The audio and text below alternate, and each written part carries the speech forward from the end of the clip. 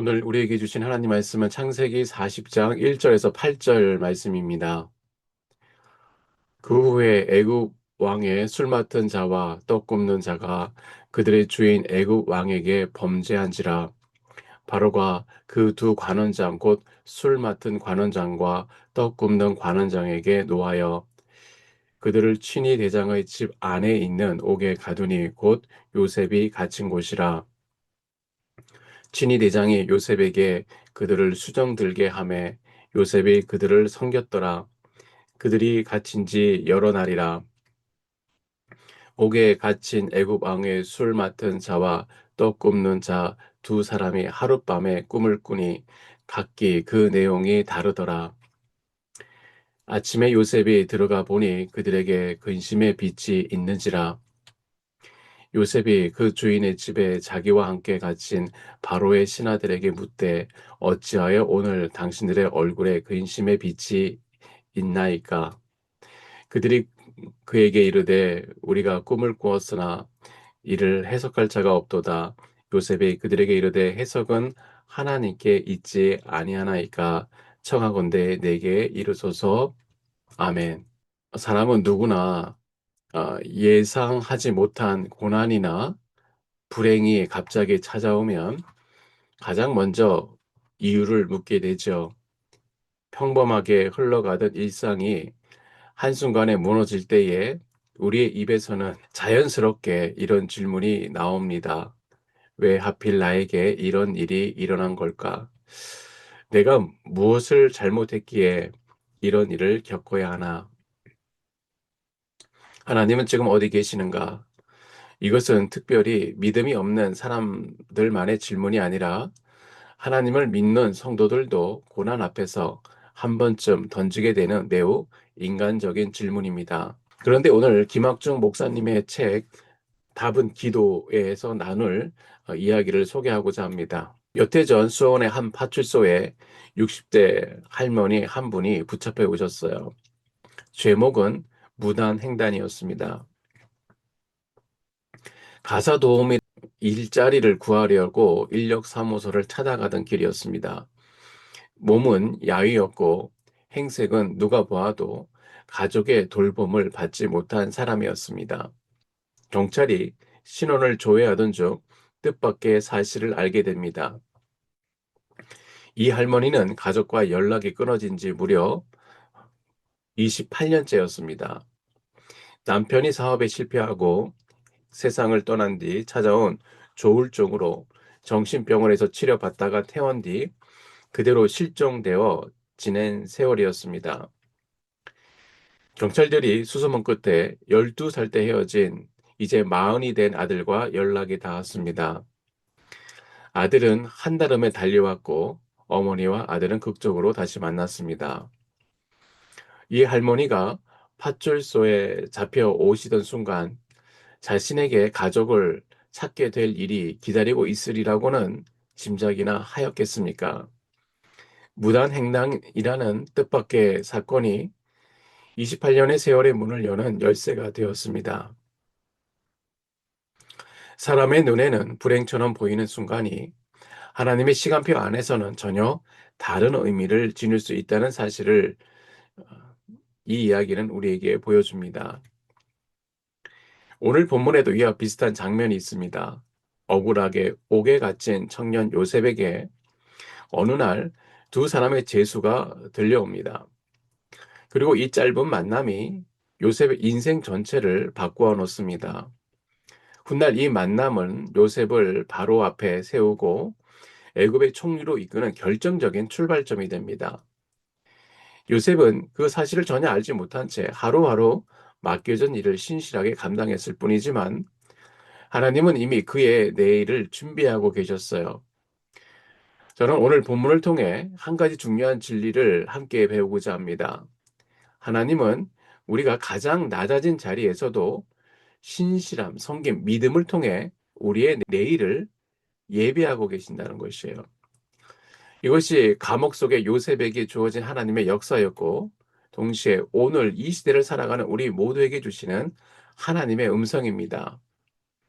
그렇다면 요셉은 그 캄캄한 옥중에서 구체적으로 어떻게 살았기에 하나님께서 그를 통해 내일을 예비하실 수 있었을까요? 이제 본문으로 들어가 요셉이 감옥에서 만난 두 사람과 그 만남을 통해 하나님이 이루어 가신 일을 함께 살펴보고자 합니다. 첫째로 낮은 자리에서 신실함을 말씀하십니다. 본문은 그 후에라는 말로 시작합니다. 1절입니다. 요셉이 억울한 누명을 쓰고 감옥에 갇힌 지 얼마쯤 지난 시점입니다. 요셉이 17세에 애굽에 팔려왔고 훗날 바로 앞에 설 때가 그 나이가 30세였다라는 사실을 근거로 보면 이걸로 계산해 보면 요셉이 애굽에 온 지 약 10년쯤 지난 시점의 일입니다. 그 10년의 세월 동안 요셉은 보디발의 집에 성공했다가 누명을 쓰고 옥에 갇혔고 그 옥안에서 다시 신임을 받은 굴곡을 지나왔습니다. 인생의 계단을 오르고 내리고를 반복했던 세월이었습니다. 그 무렵 애굽 왕의 술 맡은 관원장과 떡 굽는 관원장이 왕에게 범죄하여 옥에 갇힙니다. 두 사람은 단순히 궁정 요리사쯤으로 생각하면 안 됩니다. 왕의 입으로 들어가는 모든 음식과 음료를 책임지는 자리는 마음만 먹으면 왕을 해할 수도 있는 자리였습니다. 그러니 이 자리에 앉은 사람은 왕의 절대적인 신임을 받는 최측근, 오늘로 치면 대통령의 비서실장급의 고위 관료였습니다. 그런데 이 두 고위 관료가 갇힌 곳이 다름 아닌 요셉에 있는 감옥이었어요. 사절은 이렇게 말합니다. 친위 대장이 요셉에게 그들을 수정들게 하매 요셉이 그를 섬겼더라. 이 구절에 쓰인 히브리어 동사는 원래 돌보다 임명하다는 뜻을 가지고 있습니다. 요셉이 그저 시종을 든 것이 아니라 두 관원장을 관리하는 주관하는 직무를 정식으로 맡았다는 것입니다. 죄수의 신분으로 왕의 채권을 관리하는 자리에 앉게 된 것입니다. 어떻게 이런 일이 가능할까요? 39장 마지막에 그 답이 나와 있는데요. 간수장은 옥중 죄수를 다 요셉의 손에 맡겼다라고 했습니다. 감옥 안에서도 요셉의 성실함은 이미 검증되어 있었어요.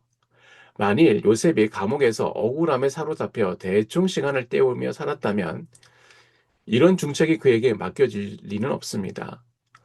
억울한 감옥살이 속에서도 요셉은 여전히 신실했고 바로 그 신실함이 훗날 그의 인생을 여는 열쇠가 되었어요.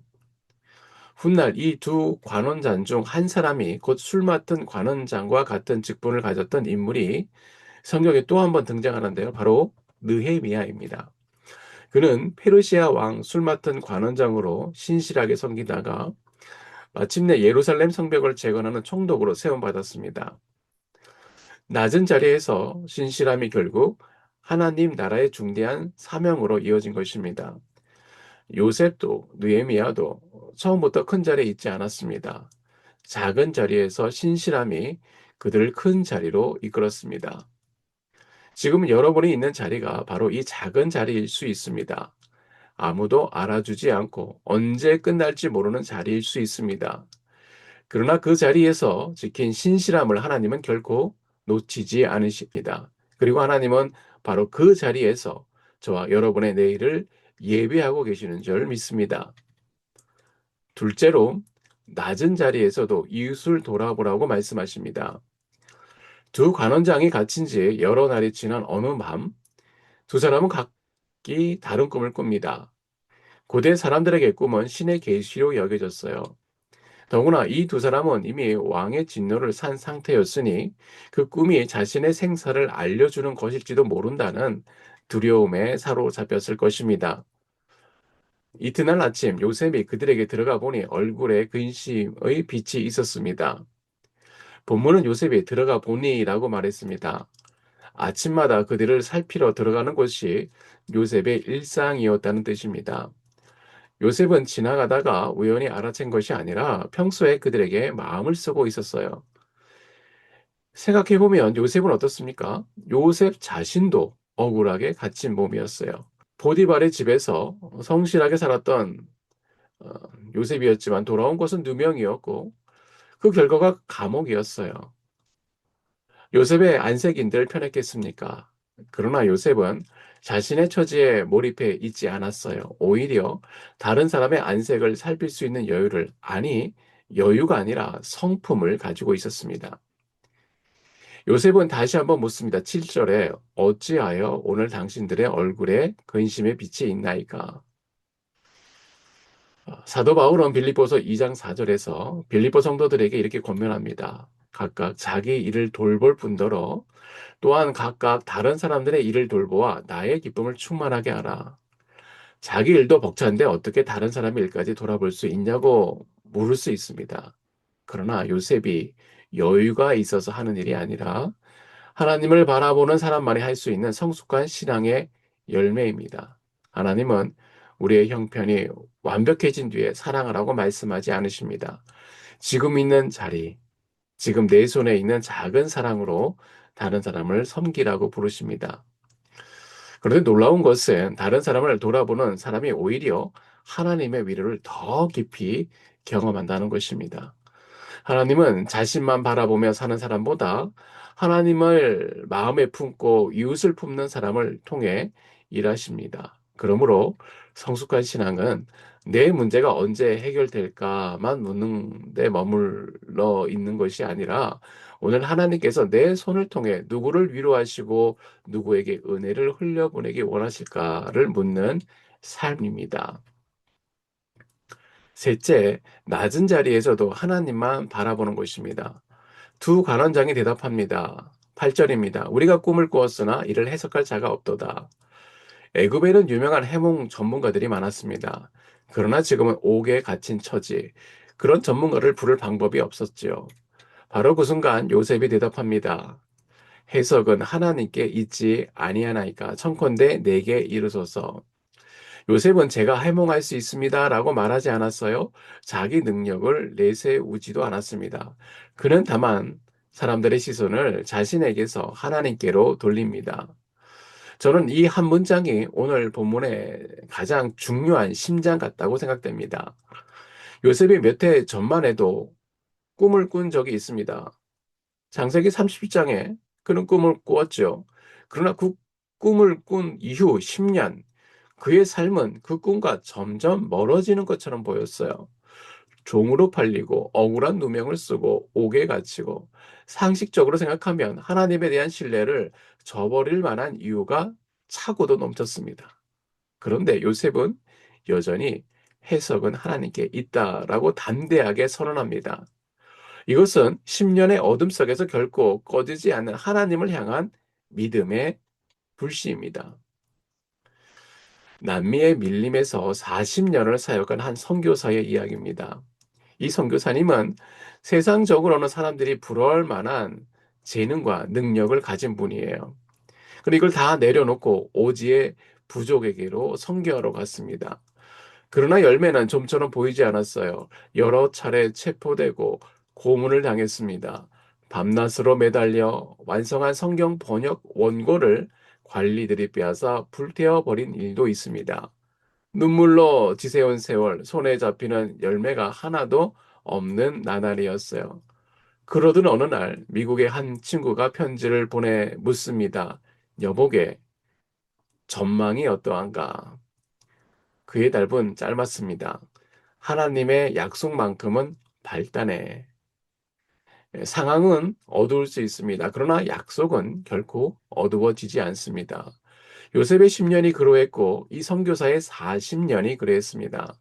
사람의 눈에 보이는 전망과 하나님이 붙들고 계신 약속은 다른 이야기입니다. 실제로 이 만남은 헛되지 않았습니다. 오늘 본문을 지나 41절에서 바로가 아무도 풀지 못하는 꿈으로 괴로워할 때 다름 아닌 이 술 맡은 관원장이 바로 앞에 나서서 요셉을 천거합니다. 지금은 그저 옥중의 짧은 대화처럼 보이지만 하나님은 이미 훗날 있을 요셉의 등극을 위한 씨앗을 오늘 이 순간 심고 계셨습니다.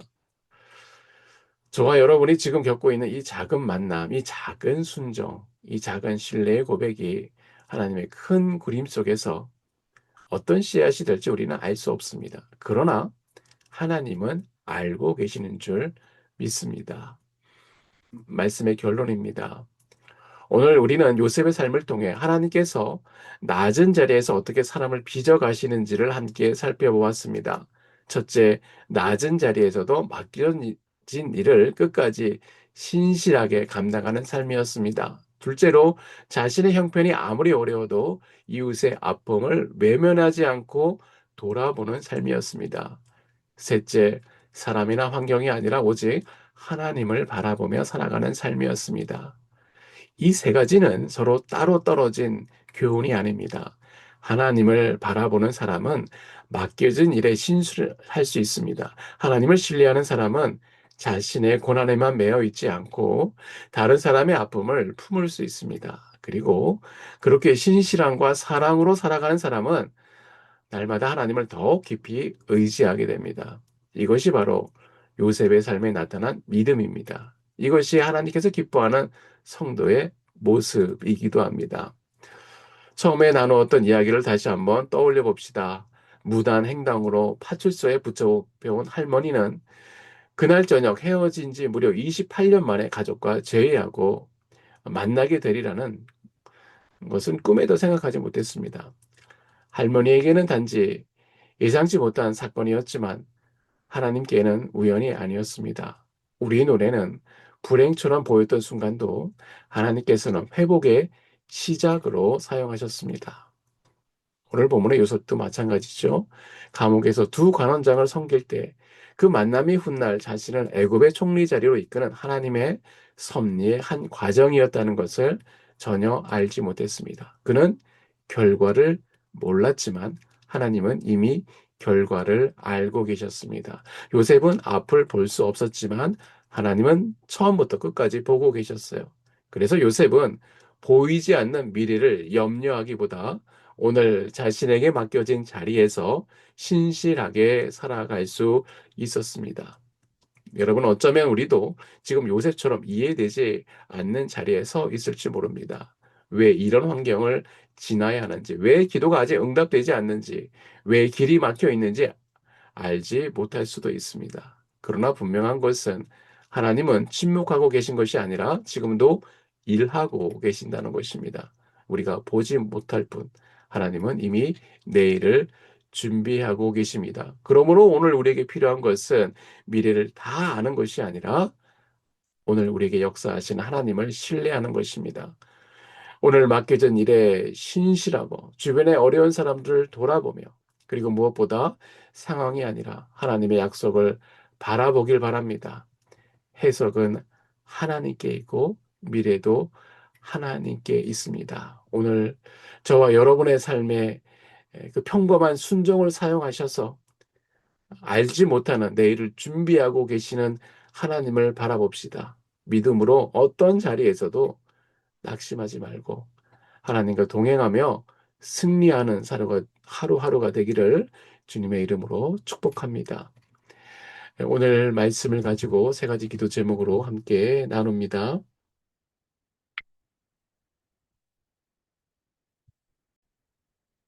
첫째, 환경을 탓하지 않는 신실함을 주옵소서. 내 처지가 감옥 같고 앞길이 보이지 않아 낙심할 때도 원망과 불평으로 세월을 허송하지 않게 하시고 요셉처럼 척박한 자리에서도 나에게 맡겨진 그 작은 일에 생명을 걸고 성실하게 감당하는 주의 신실한 종이 되게 하여 주시옵소서.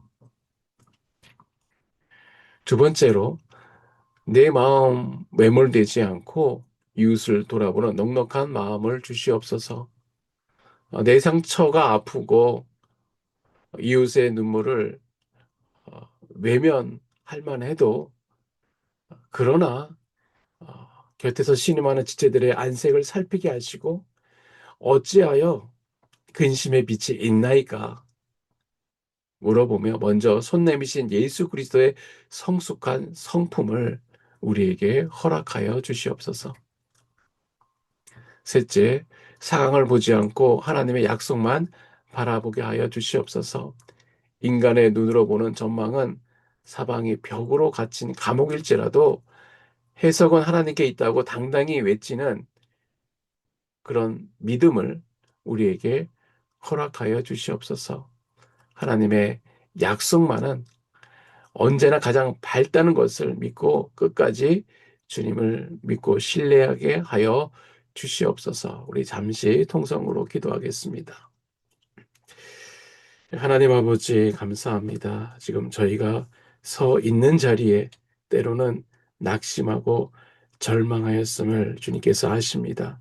주님, 하나님을 신뢰하지 못하고 스스로 낭망한 저희들을 불쌍히 여겨 주시옵소서.